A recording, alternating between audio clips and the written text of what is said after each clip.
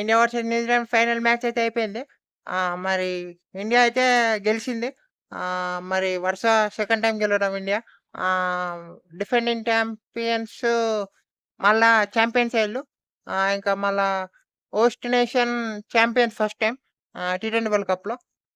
So, ఈ మ్యాచ్‌లో ఏం జరిగిందో వీడియోలో మాట్లాడుకునే ప్రయత్నం చేద్దాం. నిన్న నైట్ జరిగింది కాబట్టి ఇప్పుడు కొంచెం అన్ని పాయింట్స్ కవర్ చేసే గుర్తుంటే పాయింట్స్ కవర్ చేస్తా. ముందు అయితే మిచెల్ శాంట్నర్ గెలిచిండు. టాస్ గెలిచి బౌలింగ్ ఎంచుకున్నారు. మరి నేనైతే హ్యాపీ అనిపించింది ఇండియాకు. బ్యాట్ ఫస్ట్ చేస్తే బాగుండనిపించింది. సో, బ్యాట్ ఫస్టే వచ్చింది. సూర్యకుమార్ యాదవ్ కూడా మేము బ్యాట్ ఫస్టే చేసేవాళ్ళమన్నారు. సో, నో ప్రాబ్లమ్ అనిపించింది. ఇప్పుడు మరి టీమ్స్ విషయానికొచ్చేసైతే న్యూజిలాండ్ టీమ్ ఒక చేంజ్ చేసింది. అటు మెకోని డ్రాప్ చేసి జేకబ్ డఫ్రిన్ తీసుకొచ్చుకున్నారు. నేనైతే సేమ్ టీమ్‌తో వెళ్తారనుకున్నా. కానీ వన్ చేంజ్ చేసింది. ఇండియన్ టీమ్ అయితే సేమ్ టీమ్‌తో వెళ్ళింది. ఇక మీకు స్టార్ట్ అయితే ఫస్ట్ ఓవర్‌లో 7 రన్స్ వచ్చినాయి. Matt entry. ఆ తర్వాత నెక్స్ట్ ఓవర్ మళ్ళా ఫిలిప్స్ ఏసిండు. అభిషేక్ శర్మ మళ్ళా ఆఫ్ స్పిన్నర్ ఉండే కాబట్టి ఫిలిప్స్‌ని తీసుకొచ్చిళ్ళు. మరి సో, ఆ ఓవర్‌లో 5 రన్స్ ఏసినా వికెట్ పడలే. సో, ఓకే అనిపించింది. మళ్ళా నెక్స్ట్ ఓవరు వాళ్ళు ప్లాన్‌తోని వచ్చిళ్ళు.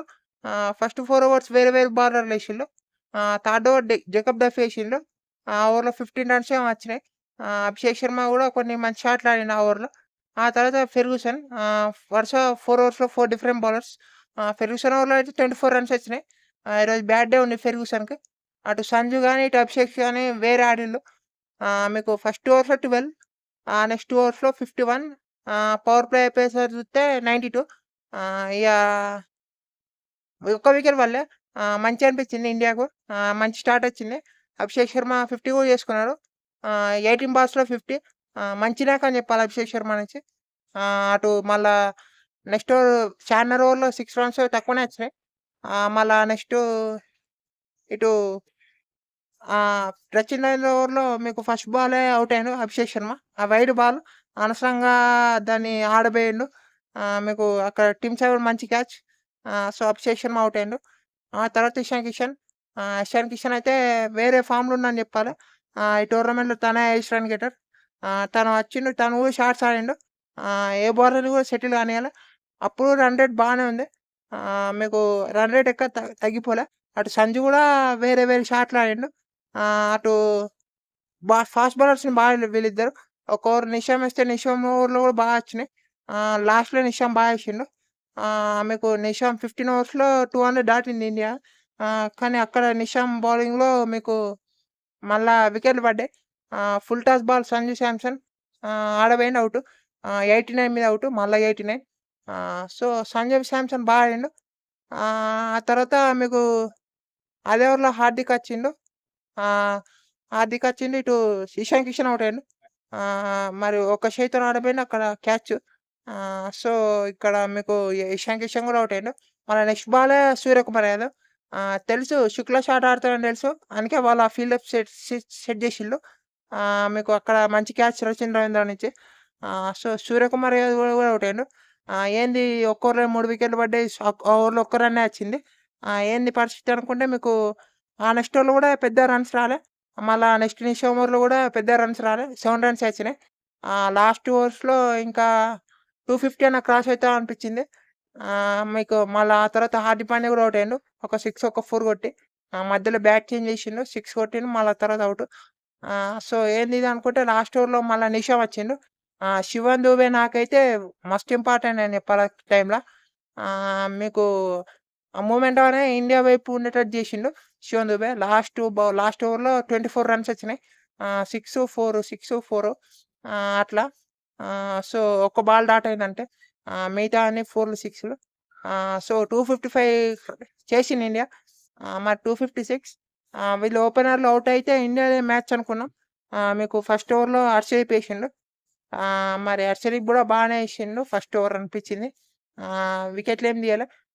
హార్దిక్ పాండ్యా గూడా ఇప్పుడు తన ఫస్ట్ ఓవర్‌లో ఎక్స్‌పెన్సివ్ అయ్యిండు.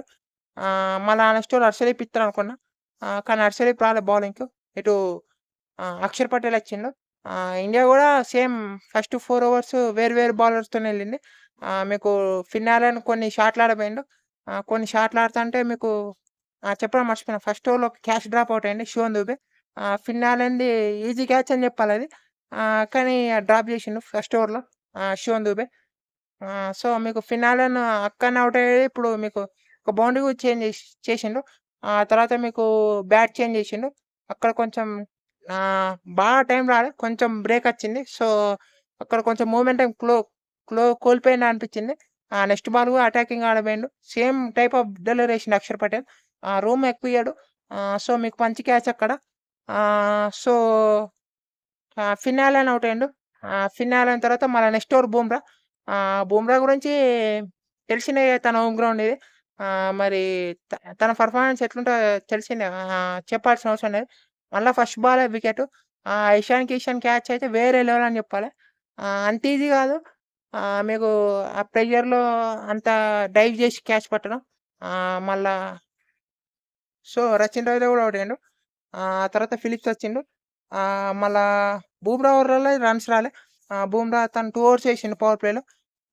మీకు పవర్ ప్లేలో మీకు ఫిలిప్స్ కూడా ఔట్ అయ్యిండు అక్షర్ పటేల్ సెకండ్ ఓవర్‌లో. ఒక బౌండరీ కొట్టినా మళ్ళా నెక్స్ట్ బాల్ ఔట్. వేరే లెవెల్ బాల్ అది. సో, అక్షర్ పటేల్ ఔట్ అయ్యిండు. సారీ ఫిలిప్స్ ఔట్ అయ్యిండు అక్షర్ పటేల్ బౌలింగ్‌లో. తర్వాత మీకు బూమ్రా ఓవర్‌లో రన్సే రాలే. పవర్ ప్లేలో. లాస్ట్ ఓవర్ పవర్ ప్లేలో తనే ఏసిండు. 9 రన్సే ఇచ్చిండు ఓవరాల్‌గా 2 ఓవర్స్‌లో. సో, బానే ఉందనుకున్నాం. తర్వాత మీకు ఇటు మార్క్ చాంపియన్ వచ్చిండు.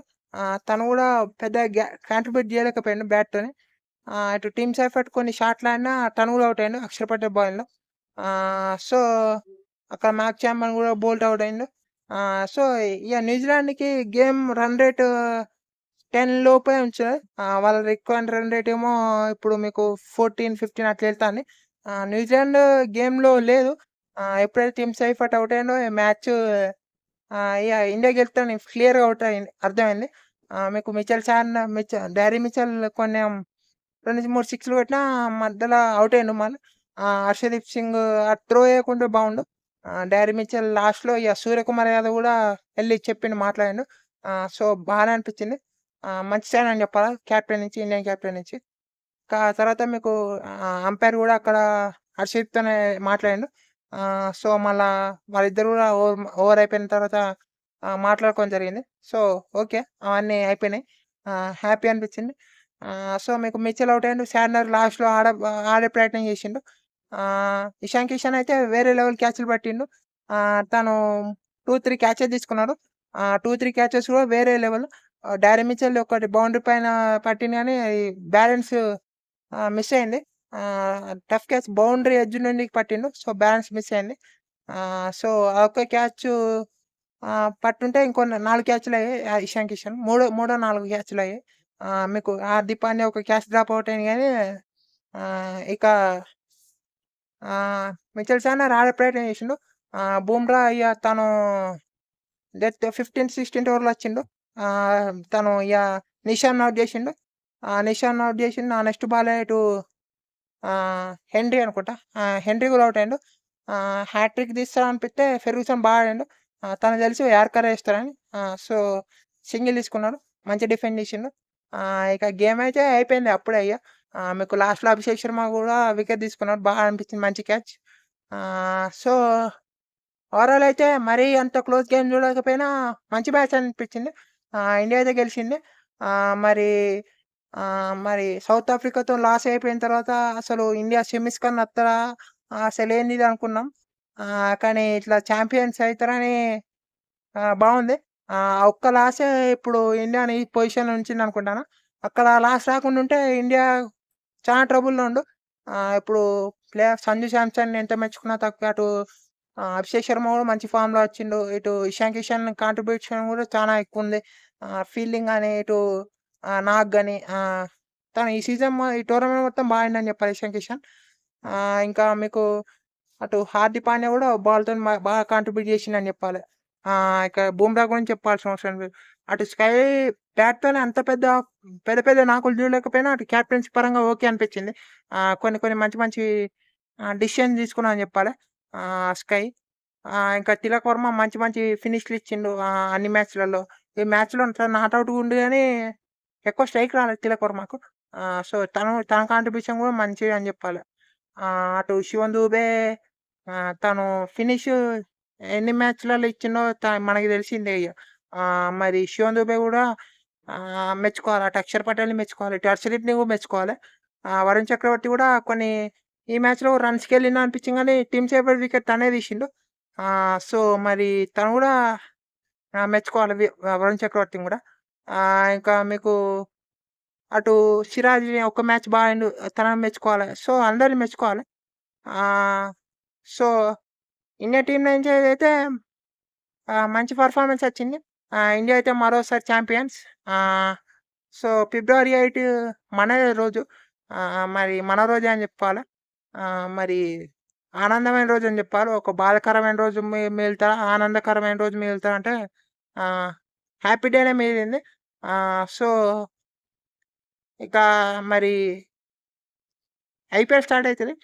సో, దాని గురించి మాట్లాడుకుందాం కొద్ది రోజుల తర్వాత. సో, ఓవరాల్ అయితే ఆహ్, వెల్ డన్ ఇండియా. ఆహ్, champions. Third time champions. Congratulations team India. Thank you all for watching.